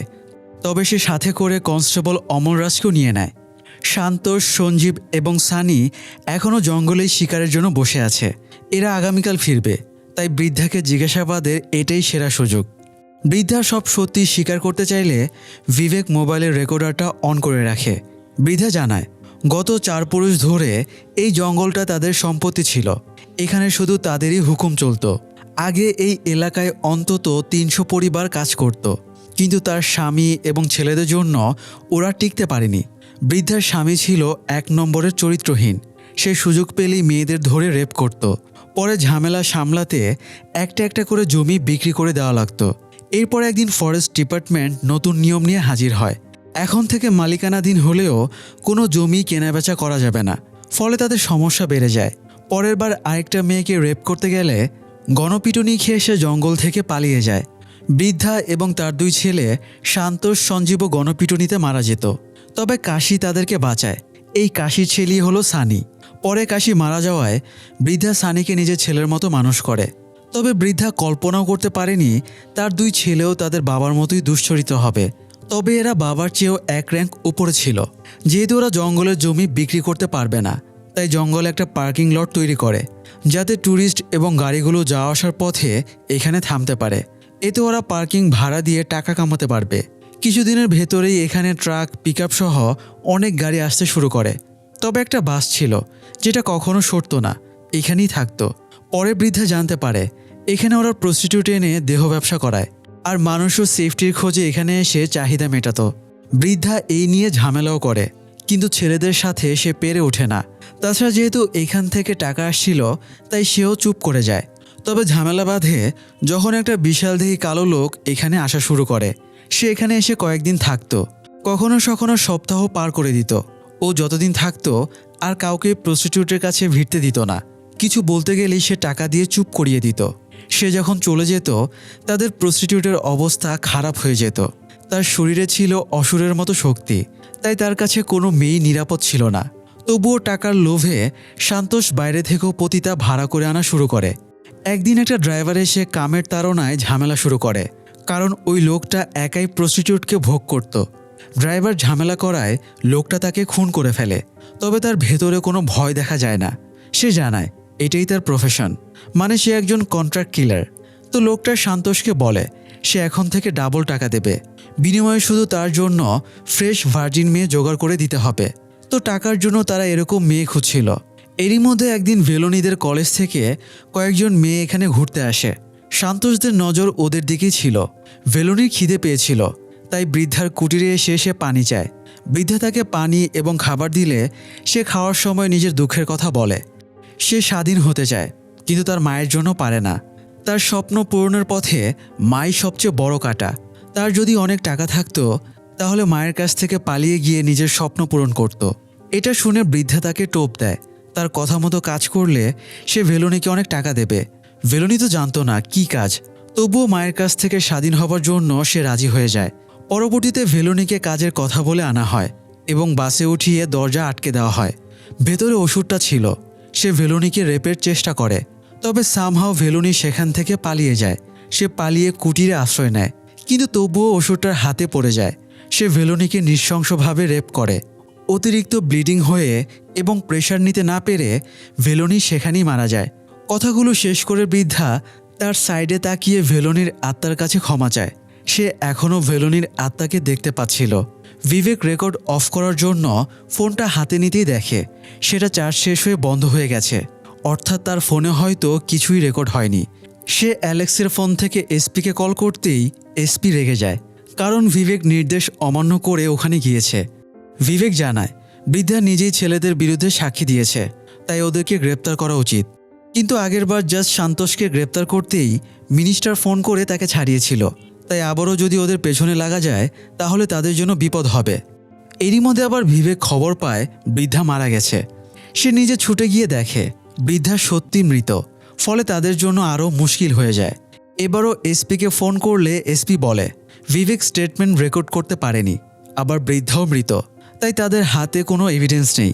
তাছাড়া বিবেক আনঅফিসিয়ালি ওখানে গেছে, আর যাওয়ার পরই বৃদ্ধা মরেছে।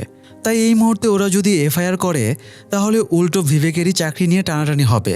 তাই শান্তোষেরা ফিরে আসার আগেই এসপি বিবেককে ফিরে আসতে বলে। তবে বিবেক ওদেরকে ধরার এই সুযোগটা হাতছাড়া করতে চাইছিল না, তাই সে এবার ফরেস্ট ডিপার্টমেন্টের হেল্প নেয়। ওদেরকে বুঝিয়ে ব্যাকআপের জন্য কনভিন্স করে। তাছাড়া ফরেস্ট ডিপার্টমেন্টও ওদেরকে অনেকদিন ধরে গ্রেপ্তারের চেষ্টা করছিল। তাই 2 পক্ষের যুগলবন্দিতে এবার ওরা প্ল্যান বানায়। তারা বিভিন্ন জায়গায় পজিশন নিয়ে নেয় এবং বাকিরা মোটর রুমে লুকিয়ে ওদের ফেরার অপেক্ষা করে। বিবেক সেফটির জন্য অ্যালেক্সকে অমলরাজের সাথে বৃদ্ধার কাছে থাকতে বলে, কিন্তু ভূতের অজুহাত দিয়ে অ্যালেক্স বিবেকের সাথেই থেকে যায়। বেশ অনেকক্ষণ পরে ওরা ফিরে আসলে মোটর রুমের ভেতরে সবাই সতর্ক হয়ে যায়, কিন্তু ফরেস্ট গার্ডের অফিসার ভুলে গিয়েছিল ওদের সাথে একটা দক্ষ কুকুর আছে। কুকুরটা ওদের উপস্থিতি টের পেয়ে ঘেউ ঘেউ শুরু করে। এতে ওরাও সতর্ক হয়ে যায় এবং খেয়াল করে দরজার নিচ দিয়ে বুট দেখা যাচ্ছে, তাই ওরা দৌড় লাগায়। তখন বিবেক আর ফরেস্ট গার্ডেরাও ওদেরকে তাড়া করে। অনেকক্ষণ ধাওয়া গোলাগুলি ধস্তাধস্তির পরে অবশেষে 3 জন ধরা পড়ে, কিন্তু বলিদান দেওয়া লাগে অ্যালেক্সকে। বিবেক খেয়াল করে অ্যালেক্স তাদের সাথে নেই, তাই সে দৌড়ে গিয়ে দেখে অ্যালেক্স গুলি লেগে মরে পড়ে আছে, যদিও এই গুলিটা তখন বিবেকের লাগার কথা ছিল। ফরেস্ট গার্ড বিবেককে বাঁচাতে তাকে ধাক্কা মেরে সরিয়ে দিয়েছিল, কিন্তু বিবেকের পেছনেই ছিল অ্যালেক্স, ফলে গুলিটা তার বুকেই লেগেছে। বিবেক অ্যালেক্সকে নিজের ছোট ভাইয়ের মতোই স্নেহ করত, তাই তার মৃত্যুতে সে বেশ ভেঙে পড়ে। তার লাশ নিয়ে পোস্টমর্টমের জন্য ফিরে এলে এসপি বিবেককে অনেক বকাঝকা করে, এমনকি ট্রান্সফারের জন্য রেডি হতেও বলে। এদিকে যে মন্ত্রী কিছুদিন আগে ফার্ম হাউসে মেয়েদের নিয়ে ফুর্তি করেছিল, তার ভিডিওটা 1 সপ্তাহ আগে মিডিয়ায় লিক হয়ে গেছে। যদিও কাজটা সেতুরামানই করেছে, যাতে সে মন্ত্রীকে হাতে রাখতে পারে। সে মন্ত্রীকে প্যাচে ফেলে তার সাথে ডিল করে এবং নিউজটা আবারও লাইমলাইট থেকে সরানোর প্রতিশ্রুতি দেয়। এরই মধ্যে অমলরাজ আবারও ওট্টাপাড়ের খবরটা লিক করে দেয়। পত্রিকার ভিউ বাড়াতে সেতুরামান এবারও নোংরা হেডলাইন বেছে নেয়। সে হেডলাইনে লিখে দেয়, পতিতাবৃত্তি করতে গিয়ে ভেলোনি খুন হয়েছিল। ফলে এই নিউজটা নিয়ে মিডিয়ায় মাতামাতি শুরু হয় এবং মন্ত্রীর নিউজটা চাপা পড়ে যায়। কিন্তু এটার প্রভাবও পড়ে বিবেকের ওপরে। এসপি ভাবে বিবেকই মিডিয়ায় নিউজটা লিক করেছে, তাই ট্রান্সফারের বদলে তাকে সাসপেন্ডের হুমকি দেয়। বিবেক তখনও নিউজটা দেখেনি, তাই সে পত্রিকা খুলে নিউজটা দেখে অবাক হয়। এবার বিবেক আর রামারের বুঝতে বাকি থাকে না গাদ্দারিটা অমলরাজই করেছে, কারণ সে ছাড়া ওই দিন বিবেকের সাথে আর কেউই ছিল না। এই সময় বিবেকের কাছে ফরেন্সিক ডাক্তার পলরাজের ফোন আসে। সান্তোষ ব্রাদার্সের গ্রেপ্তার করায় পলরাজ বিবেককে কংগ্রাচুলেশন জানায়। বিবেক পলরাজের সাথে দেখা করতে চাইলে পলরাজ তাকে চেম্বারে চলে আসতে বলে। বিবেক চেম্বারে গিয়ে পলরাজকে বলে, ওদেরকে ধরতে আপনি অনেক হেল্প করেছেন, এবার লাস্ট একটা হেল্প করেন।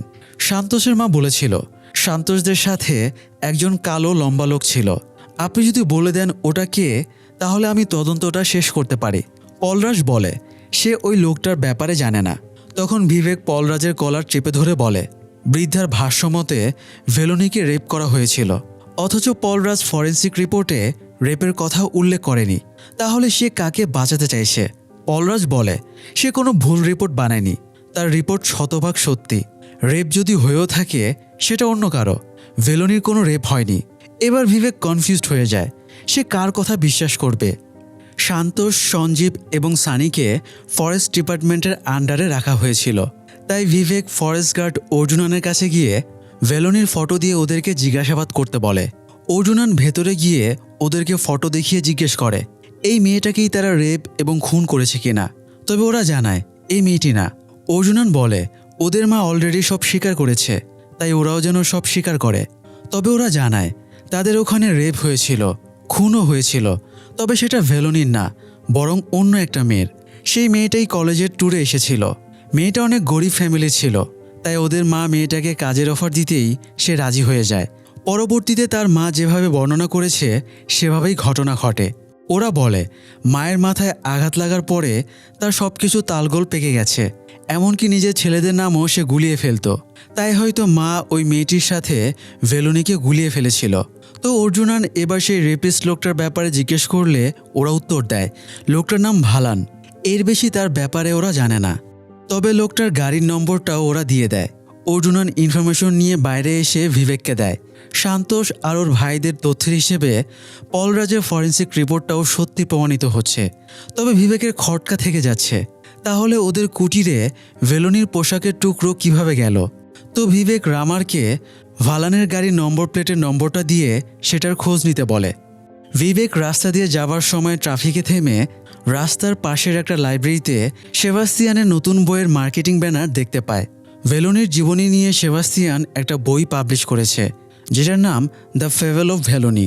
যদিও সেবাস্তিয়ান ভেলোনির মা রুবির পারমিশন নিয়েই বইটা পাবলিশ করেছে। কৌতূহলবশত বিবেকও বইয়ের একটা কপি কিনে নেয়। ভেলোনির কাহিনী শুরু হয়েছিল তার যখন 6 বছর বয়স, তখন তার বাবার মৃত্যুর মধ্য দিয়ে। অবলা ভেলোনি তখনও বোঝেনি ওরা বাবাকে কেন নিয়ে যাচ্ছে, আর নিয়ে যখন গেলই তাহলে বাবা ফিরছে না কেন। তবে কয়েকদিনের ভেতরেই সে বুঝে যায় বাবা আর ফিরবে না। বাবা মারা যাবার পর ভেলোনির এক আঙ্কেল তাদের সাথে থাকতে আসে। ভেলোনি আঙ্কেলের সাথে বেশিরভাগ সময় কাটাতো। ভেলোনি ছোট থেকেই অসম্ভব সুন্দর। তার আঙ্কেল পবিত্রতার সম্পর্ক ভুলে নোংরা কামনার নেশায় পড়ে যায়। রুবি বাড়িতে না থাকার সুযোগে সে ভেলোনিকে খেলার নামে বলাৎকার করে। তবে এ সময় রুবি ফিরে আসে এবং দৃশ্যটা দেখে ফেলে। ভেলোনি তখনও ভালো খারাপের পার্থক্য বুঝতো না। রুবি ভেলোনিকে মারধর করে সরিয়ে নিয়ে আসে এবং আর কখনও আঙ্কেলের রুমে যেতে বারণ করে। কিন্তু ভেলোনি আঙ্কেলের সাথে খেলার জন্য সুযোগ খুঁজত। সুযোগ পেয়ে সে আঙ্কেলের রুমে ছুটে যায়, কিন্তু তার আঙ্কেল আর চোখ মেলে না। রুবি ভেলোনিকে ওই রুমে যেতে দেখে ছুটে আসে এবং দেখে তার ভাই মারা গেছে। ভেলোনি বুঝতে পারে তার বাবার মতো আঙ্কেলও আর ফিরবে না। ভেলোনির মনে হচ্ছিল তার মায়ের কারণেই আঙ্কেল মারা গেছে। একমাত্র খেলার সঙ্গীকে হারিয়ে ভেলোনির মায়ের সাথে দূরত্ব আরও বেড়ে যায়। এই পর্যন্ত পড়ার পরে বিবেকের ডিএসপির রুমে ডাক পড়ে, তাই সে বই রেখে ডিএসপির কাছে যায়। ডিএসপি বিবেকের কাছে উট্টাপাড়ের ঘটনার এক্সপ্লেনেশন চায়। তবে বিবেক জানায় সে যা করেছে আইন মেনেই করেছে। ডিএসপি বলে বিবেকের ব্যাপারটা এসপি পার্সোনালি নিয়েছে।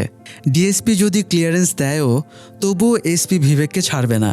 বিবেক যদি দোষ স্বীকার করে তাহলে তার 4 বছরের জন্য ইনক্রিমেন্টের সাজা হবে, কিন্তু যদি সে দোষ অস্বীকার করে তাহলে এসপি গ্যাজেট নোটিশ জারি করবে এবং নতুন করে শাস্তির চার্জ ফাইল করবে। তাই ডিএসপি তাকে অপশন দেয় সে কোনটা চুজ করবে। বিবেক আপাদমস্তক প্রফেশনাল লোক, দীর্ঘদিন তার ঘরে বসে থাকা সম্ভব না, তাই সে 4 বছরের ইনক্রিমেন্টের সাজাটাই মেনে নেয়। এরপরে বিবেক রামারের সাথে ভালানের গাড়ির নম্বর প্লেটের ডিটেলস অনুযায়ী সেখানে যায়। রামার একটা বাড়ির সামনে গাড়ি রাখতে বলে এবং জানায় গাড়ির নম্বর প্লেটটা এই বাড়িওয়ালার নামে রেজিস্টার করা। বিবেক কথা বলার জন্য নামতে গেলে রামার তাকে আটকে বলে এটা যার তার বাড়ি না, এটা সিভিল কোর্টের জাজের বাড়ি। বিবেকের তো আর হারানোর কিছু ছিল না, তাই সে গাড়ি থেকে নেমে জাজের বাড়ির ভেতরে ঢুকে যায়। ভেতরের কাজের লোকের কাছ থেকে জানতে পারে জাজ গাড়িটা একটা ওয়ার্কশপে বিক্রি করেছিল। তাই বিবেক এবার সেই ওয়ার্কশপে চলে যায়। ওয়ার্কশপের মালিককে হুমকি ধামকি দেবার পরে সে বলে গাড়িটা বিক্রির অনেক বছর হয়ে গেছে, তাই তার মনে নেই। সে বিবেকের ফোন নম্বর লিখে নেয় যাতে রেজিস্টার চেক করে গাড়ির ক্রেতার নামটা জানাতে পারে। তো বিবেক ফিরে গিয়ে আবারও সেবাস্টিয়ানের লেখা বইটা পড়া শুরু করে। তখন ভেলোনি বয়সে তরুণী, সে মাঝে মধ্যে রিসিপশন সামলাতো। একদিন সে রিসিপশনে বসেছিল, তখন একজন লোক রুম ভাড়া নিতে আসে। তবে রেজিস্টারে এন্ট্রি করার আগে সে রুম দেখে নিতে চায়। ভেলোনি তাকে রুম দেখাতে নিয়ে গেলে সে দরজা আটকে দেয়। ভেলোনি চিৎকার শুরু করলে লোকটা তার মুখ চেপে ধরে এবং নিজের বুকের কাপড় সরিয়ে দেখায় সে আহত।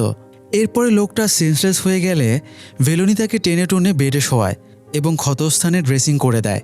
এসবের চক্করে ভেলোনির ড্রেসে রক্ত লেগে গিয়েছিল, তাই সে ড্রেসটা খুলে লুকিয়ে রাখে যাতে মা দেখে না ফেলে, কারণ মা দেখলেই হাজারটা প্রশ্ন করবে। সকালে সে লোকটার রুমে বসেছিল। সেন্স ফিরে লোকটা নিজের শরীরে ড্রেসিং দেখে খুব খুশি হয়। ভেলোনি লোকটার পরিচয় জিজ্ঞেস করলে লোকটা বলে তার পরিচয়টা না জানাই ভালো, কারণ পরিচয় জেনে গেলে তার ভেলোনিকে মেরে ফেলা লাগবে। তবুও ভেলোনি লোকটার পরিচয় জানতে চাইলে লোকটা তাকে কাছে ডাকে। এরপরে হাত দিয়ে ভেলোনির গাল এবং চুলে স্পর্শ করে। পুরুষালী স্পর্শ পেয়ে ভেলোনির কেমন যেন অন্যরকম লাগছিল। তখন ভেলোনি জিজ্ঞেস করে এবার সে ভেলোনিকে মেরে ফেলবে কিনা। লোকটা ভরসা দেয় সে ভেলোনিকে মারবে না।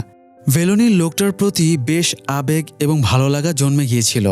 ভালো মন্দের বিচার না করেই সে নতুন মোহে আটকা পড়ে। তার পরের দিন ভেলোনিকে না জানিয়ে লোকটা চলে যায়। তবে সে বালিশের নিচে একটা চিরকুট রেখে গিয়েছিল যেটাতে তার ফোন নম্বর লেখা আছে। তবে ভেলোনি লোকটার নম্বরে ফোন করে না, কারণ ভেলোনি জানতো সে ফোন না করলে লোকটা নিজেই চলে আসবে। একদিন সত্যি লোকটা বাস স্টপে এসে হাজির হয়। ভেলোনি স্কুলে যাবার জন্য বাস স্টপে দাঁড়িয়েছিল। সে বাসে না ওঠে লোকটার গাড়িতে উঠে যায়। এরপরে লোকটা তাকে নিয়ে একটা জায়গায় গিয়ে থামে। কথা বলার সময়ে লোকটা ফ্রিলি ভেলোনির গালে স্পর্শ করছিল। ভেলোনিও এতে বাধা দিচ্ছিল না, কারণ তার বেশ ভালো লাগছিল। লোকটা ভেলোনিকে বলে চলো আমার বাড়িতে যাই। তবে ভেলোনি জানায় এত দ্রুত সে লোকটার ফাঁদে পা দিচ্ছে না। এই বলে সে দুষ্টুমির হাসি দিয়ে চলে যায়। ভেলোনি খুশি মনেই বাড়িতে ফেরে কিন্তু রুমে ঢুকে দেখে তার মা রক্তমাখা ড্রেসটা নিয়ে দাঁড়িয়ে আছে। মা ভেবেছিল ভেলোনি নিজের ভার্জিনিটি হারিয়েছে, তাই এই ব্লাড। তাই সে ভেলোনিকে মারধর করে এবং গালাগাল করে রুমে আটকে রাখে। সেই দিনই ভেলোনি বাড়ি থেকে পালিয়ে যায়। এরপরে সে লোকটার সাথে তার বাড়িতে চলে যায়। ভেলোনি লোকটার সাথে নতুন জীবনের স্বপ্ন দেখছিল। রাতে দুজনে ঘনিষ্ঠ হয়। সকালে বাসনকোসনের আওয়াজে ভেলোনির ঘুম ভাঙে। একজন প্রেগনেন্ট মহিলা ভেলোনিকে জানায় সে যাকে খুঁজছে সে চলে গেছে। তবে কোথায় চলে গেছে সে বলতে পারে না, কারণ লোকটা কখন কোথায় যায় সেটা কেউই জানে না। ভেলোনি মহিলার পরিচয় জিজ্ঞেস করলে মহিলা জানায় সে লোকটার স্ত্রী। ভেলোনির স্বপ্ন এক মুহূর্তেই ভেঙে যায়। ভেলোনি মহিলার ফোন থেকে লোকটাকে ফোন করলে সে বাজে ব্যবহার করে। সে বলে ভেলোনি নিজ ইচ্ছেই তার কাছে এসেছিল। সেও নতুন এবং ফ্রেশ ফিলিং নিতে ভেলোনিকে কাছে নিয়েছিল। তাই ভেলোনি চাইলে ওখানে পড়ে থাকতে পারে অথবা নিজের বাড়িতে ফিরে যেতে পারে। সে ভেলোনির ব্যাপারে কোনো কেয়ার করে না। ভেলোনি তাকে মনস্টার বলে ফোন কেটে কাঁদতে শুরু করে। লোকটার স্ত্রী এগিয়ে এসে ভেলোনিকে সান্ত্বনা দেয় এবং তাকে বাড়ি ফেরার বাসের টিকিট করে দেয়। এমনকি বাস স্টপে তাকে নামিয়েও দিয়ে যায়। ভেলোনি বাড়ি ফেরার আগে রুবি আর ভিঘ্নেশ অলরেডি থানায় এফআইআর করে দিয়েছিল। রুবি ভেলোনির ওপরে খুব আপসেট হয় আর বলে এত কেলেঙ্কারির পরেও ভিঘ্নেশ ভেলোনিকে বিয়ে করতে রাজি হয়েছে। তাই রুবি ভেলোনিকে স্ট্রেট জানিয়ে দেয় তার ভিঘ্নেশকেই বিয়ে করতে হবে। তো এই ট্রমা নিয়ে ভেলোনি বছরখানেক কাটিয়ে দেয়। এর মধ্যে সে অনেকবার লোকটার সাথে যোগাযোগ করেছে। সে এক পর্যায়ে লোকটাকে সুইসাইডের এবং সব এক্সপোজের হুমকি দিলে লোকটা জানতে চায় ভেলোনি কী চায়। ভেলোনি বলে আমাকে বিয়ে করে অনেক দূরে কোথাও নিয়ে যান। লোকটা জানায় সে আগামীকাল ভেলোনিকে নিতে আসবে। ভেলোনি আন্টির বাড়িতে যাবার অজুহাতে বাড়ি থেকে পালানোর প্ল্যান করে। সে আবারও নতুন স্বপ্ন নিয়ে বাড়িটা ভালো করে শেষবারের মতো দেখে নেয় এবং বেরিয়ে যায়। আর এরপরই পাওয়া যায় তার বীভৎস লাশ। সেবাস্টিয়ান প্রেস ডেকে বুক রিডিং প্রোগ্রামেও বইয়ের কাহিনী ব্রিফিং করে। সাংবাদিকেরা জিজ্ঞেস করে সেবাস্টিয়ান এসব ঘটনা কিভাবে জানল। সেবাস্টিয়ান উত্তর দেয় সে ভেলোনির কাছ থেকে এসব শুনেছে। আরেকজন সাংবাদিক জিজ্ঞেস করে সেবাস্টিয়ান বইতে খুনির নাম উল্লেখ করেনি কেন। সেবাস্টিয়ান বলে সে নিজেও খুনির নাম জানে না। ভেলোনিও তাকে এই ব্যাপারে কিছু জানায়নি। প্রশ্ন উত্তর পর্বের মাঝে ভিভেক এসে হাজির হয় এবং জিজ্ঞেস করে 2 মাস আগে যখন ভিভেকের সাথে তার দেখা হয়েছিল সে এসব ভিভেককে বলেনি কেন। সেবাস্টিয়ান অপ্রস্তুত হয়ে বলে তারা এই ব্যাপারে প্রাইভেটে আলোচনা করবে। তবে ভিভেক সিন ক্রিয়েট করে সেবাস্টিয়ানকে জিজ্ঞেস করে এসব সত্য নাকি ফিকশন। ভিভেকের উল্টাপাল্টা প্রশ্নে সেবাস্টিয়ান বিব্রতকর পরিস্থিতিতে পড়ে যায়। ভিভেক অভিযোগ করে সেবাস্টিয়ানের লাস্ট 3টা বই মার্কেটে চলেনি, তাই সে নিজের বই সেলিংয়ের জন্য ভেলোনিকে বেছে নিয়েছে। সেবাস্টিয়ান ভিভেকের অভিযোগের কোনো জোরালো প্রতিবাদ করতে পারে না। ভিভেক বলে এই কেসটা এখনও শেষ হয়নি, সে কেসটা শেষ দেখে তবেই ছাড়বে। এই বলে ভিভেক বেরিয়ে যায়। কয়েকদিন পরে ওয়ার্কশপের মালিক ভিভেককে জয়রাজ নামের একজনের কাছে নিয়ে যায়, যার কাছে সে জাজের গাড়িটা বিক্রি করেছিল। তবে জয়রাজের কাছে জানা যায় সে গাড়িটা পল সিংহাম নামের একজনকে বিক্রি করেছিল। পল সিংহাম কনস্টেবল ছিল, তবে সে জয়রাজের কমিশন মেরে দেয়। তাই জয়রাজ এসপির কাছে নালিশ করেছিল। ফলে প্রতারণা এবং ঘুষের কেসে পল সিংহাম এখন জেলে আছে। তাই ভিভেক রামারকে নিয়ে জেলে পলের সাথে দেখা করতে যায়। তারা পলকে ভালানের ব্যাপারে জিজ্ঞেস করলে প্রথমে পল বলতে চায় না, পরে তাকে ভয় দেখানো হয়। পলের গাড়ি নিয়ে ভালান ক্রাইম করেছে, তাই পলও ফাঁসবে এবং তার সাজার মেয়াদ বেড়ে যাবে। তখন পল স্বীকার করে ভালান একজন কন্ট্রাক্ট কিলার। টাকার জন্য সে যে কাউকে খুন করতে পারে। একবার সে 2টো রেপ কেসে অভিযুক্ত হয়। তখন তৎকালীন ডিএসপি পলকে বলেছিল সে যদি ভালানের সব রেকর্ডস মুছে দেয় তাহলে ভালান তাকে অনেক টাকা দেবে। ডিএসপির কথা মতো পল সেটাই করে। বিনিময়ে ভালান তাকে এই গাড়িটা গিফট করে। পরে আবার একদিন ভালান গাড়িটা 2 দিনের জন্য ধার নিয়ে যায়, কিন্তু গাড়িটা আর সে ফেরত দেয়নি। ভিভেক ভালানের অ্যাড্রেস জানতে চাইলে পল কিছু বলতে পারে না। তবে সে জানায় সে ভালানের মুখে শুনেছিল তার কন্যাকুমারী থানাতেও 2টো রেপ কেস রেজিস্টার আছে। এটা শুনে ভিভেক রামারকে নিয়ে ফিরে আসে। তবে রামার বলে কন্যাকুমারীতে 30টা থানা আছে আর স্টাফদের সংখ্যা অন্তত 1800 জন। তারা কিভাবে ভালানের কেস ফাইল খুঁজে পাবে। ভিভেক বলে ছোটোখাটো ডিটেলসও তাদেরকে ভালানের কাছে পৌঁছে দিতে পারবে। তাই সে কন্যাকুমারীতে ফিরেই সব থানায় লাস্ট 5 বছরের রেপ কেসের ডিটেলস ঘাটাঘাটি শুরু করে। একজন অফিসার তাকে এসআই আরুলের নাম বলে। সে ভালানের ব্যাপারে জেনে থাকবে। তাই ভিভেক আরুলের কাছে চলে যায় এবং জানতে পারে তাদের আন্ডারে ভালান রিমান্ডে ছিল। ভালানের মা ওই সময় অসুস্থ ছিল, তাই ডিএসপি ভালানকে বাড়িতে পাঠানোর নির্দেশ দিয়েছিল। আরুল নিজেই ভালানকে তার বাড়িতে রেখে এসেছিল। বিবেক তার কাছে অ্যাড্রেস জানতে চায়। আরুল খেয়াল করে একটা ছেলে চার্চের লিফলেট বিতরণ করছে। আরুল একটা লিফলেট নিয়ে সেটার উল্টো পিঠে ভালানের বাড়ির রোডম্যাপ এঁকে দেয়। তখন বিবেক রোডম্যাপ ধরে এগোতে থাকে। সামনে প্রায় ধুধু মরুভূমি, তার গাড়িটাও নষ্ট হয়ে যায়, ফলে সে বেশ বিপদে পড়ে যায়। তবে রামার বাইক নিয়ে এসে তাকে বিপদ থেকে উদ্ধার করে। এরপরে তারা ভালানের বাড়িতে যায়। বাড়িতে ভালানের অসুস্থ বাবা মা বেহাল দশায় ছিল। ওরা আফসোস করে বলে কেউ ওদের খেয়াল রাখে না। ছোট ছেলে দুরাইয়ের দেখভালে তারা কোনো রকমের সার্ভাইভ করছে। বিবেক ভালানের ব্যাপারে জানতে চাইলে ভালানের বাবা বলে ভালান বেঁচে আছে না মরে গেছে সে জানে না। সে বেঁচে থাকলে মাসে অন্তত একদিন দেখা করতে আসতো, কিন্তু গত 2 বছর ধরে ভালানের কোনো খোঁজই নেই। এটা শুনে বিবেকেরও সন্দেহ হয় ভালান বেঁচে আছে কিনা। তাই সে ফিরে গিয়ে সানিকে মারধর শুরু করে। যেহেতু ভাইদের ভেতরে সেই একটু ভীত, তাই তাকেই টার্গেট করা হয়। সানি মার খেয়ে স্বীকার করে তারা ভালানকে মারেনি, বরং ভালান সাপের কামড় খেয়ে তাদের কাছে এসেছিল। তবে সাপটি তীব্র বিষধর ছিল, তাই ভালান সার্ভাইভ করতে পারেনি। ভালান মরে গেলে তাকে ওরা কুটিরে পুঁতে রেখেছিল। কুটির মেঝে খুঁড়ে ভালানের কঙ্কালটাও উদ্ধার করা হয়। সেই সাথে ভেলোনির কেসটাও মুখ থুবড়ে পড়ে। বিবেক এতদিন ভালানকে প্রধান সাসপেক্ট ধরে এগোচ্ছিল, কিন্তু সেই যখন মৃত, তাহলে এভিডেন্স কিংবা স্বীকারোক্তি আর কার কাছ থেকে আদায় করবে। তাই বিবেক এবার প্রচণ্ড ডিপ্রেশনে চলে যায়। যদিও তার এই মানসিক অবস্থায় স্ত্রী তার পাশে দাঁড়ায় এবং অনুপ্রেরণা দেয়। বিবেকের প্যান্ট ময়লা হয়ে গিয়েছিল, তাই স্ত্রীকে সেটা কাচতে দেয়। তবে প্যান্টের পকেটে একটা কাগজ পেয়ে স্ত্রী সেটা বিবেককে দেয়।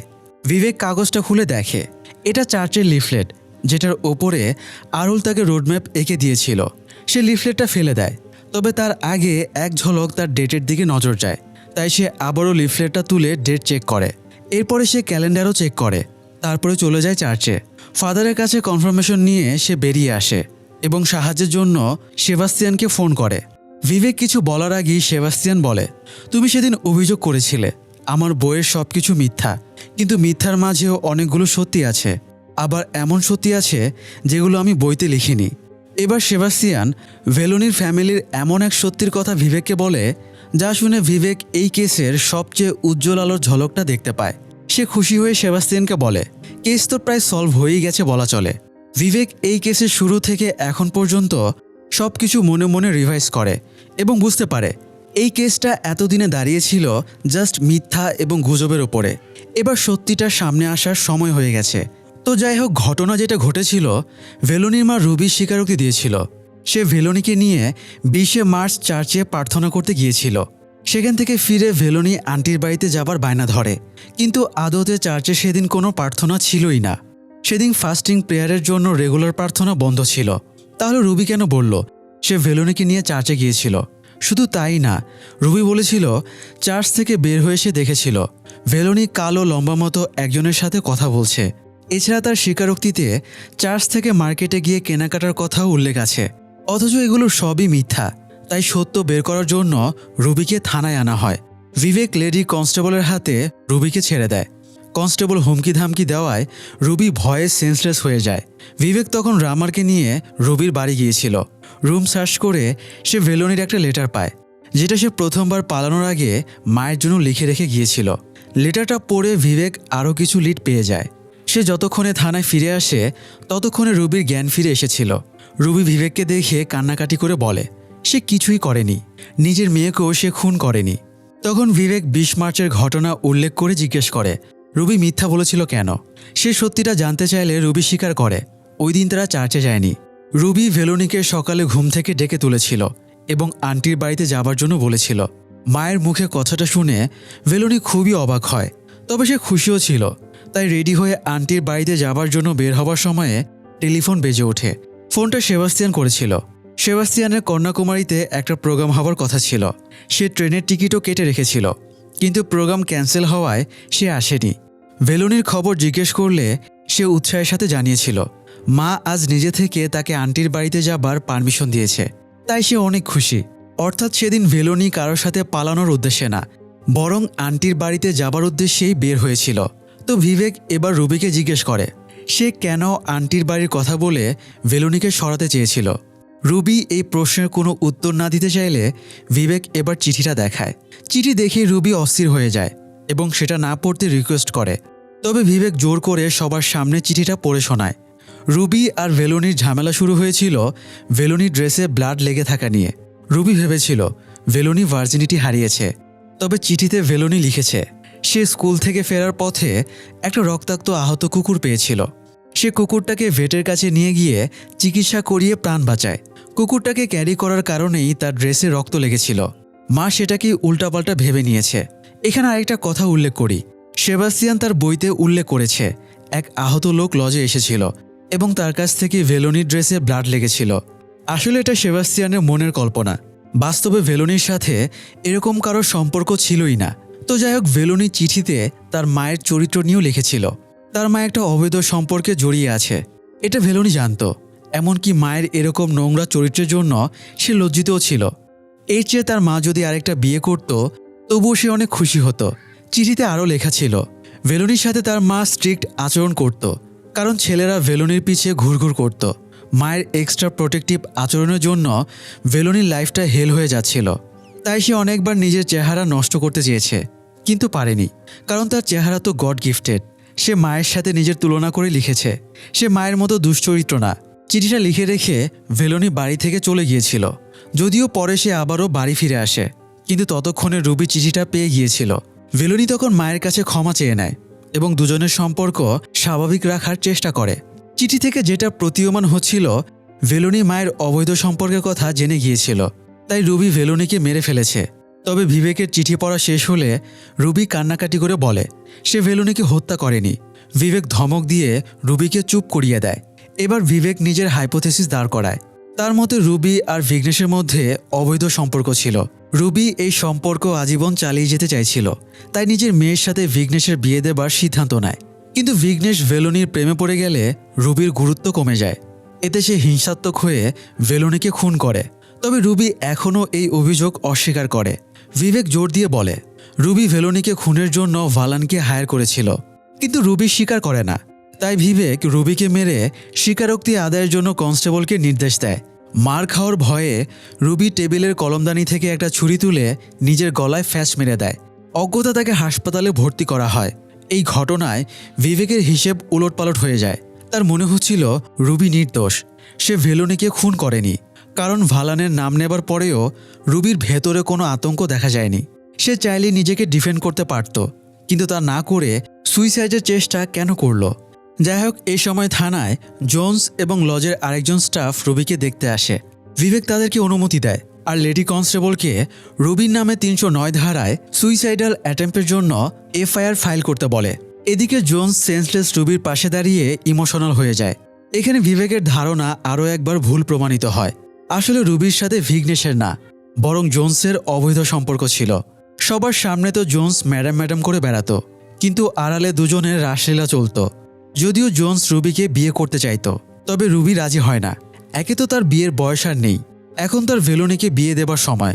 এছাড়া জোন্স আর তার বয়সের মাঝে অনেক ব্যবধান।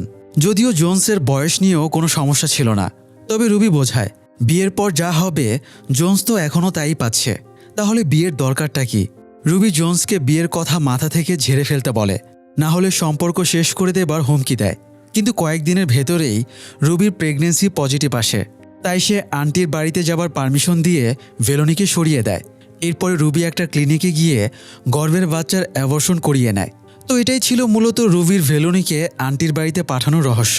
তো যাই হোক, রুবি এখন ক্রিটিক্যাল কন্ডিশন থেকে রিকভার করে গেছে, তাই হাসপাতাল থেকে তাকে ডিসচার্জ করে দেওয়া হয়। তাকে অ্যাম্বুলেন্সে তোলা হচ্ছিল, তখন কনস্টেবল জোন্সকে এফআইআরের কপিতে সাইন করতে বলে, কারণ এই মুহূর্তে জোন্স ছাড়া আর কেউ রুবির সাথে ছিল না। কনস্টেবল সাইন নিয়ে এফআইআর কপিটা বিবেককে দিয়ে আসে। বিবেক কপিটা চেক করার সময়ে জোন্সের সাইন দেখে চমকে ওঠে এবং ছুটে বেরিয়ে যায়। এরপরে ফোর্স নিয়ে রুবির বাড়িতে হাজির হয়। সে প্রথমে জোন্সকে কয়েকটা চড় থাপ্পড় মেরে দেয় এবং তার সামনে ভালানের নামটা বলে। ভালানের নাম শুনে জোন্স চমকে ওঠে।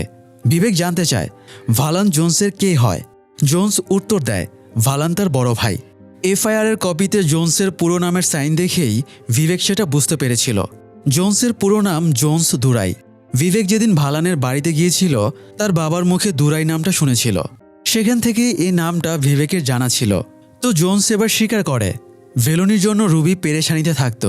জোন্স রুবিকে ভালোবাসত, তাই সে রুবিকে বিয়ে করতে চাইত। কিন্তু রুবির সমস্ত কনসার্ন ছিল ভেলোনিকে ঘিরে, তাই জোন্স ঠিকমতো রুবির অ্যাটেনশন পেত না। একদিন ভালানের সাথে বসে বিয়ার খাওয়ার সময়ে জোন্স দুঃখের কথাগুলো শেয়ার করে। তখন ভালান বলে ভাইয়ের খুশির জন্য সে ভেলোনিকে দুনিয়া থেকে সরিয়ে দেবে। এমনিতে তো ভালান প্রফেশনাল খুনি, তাই আরেকটা খুন তার জন্য কোনো ব্যাপারই না।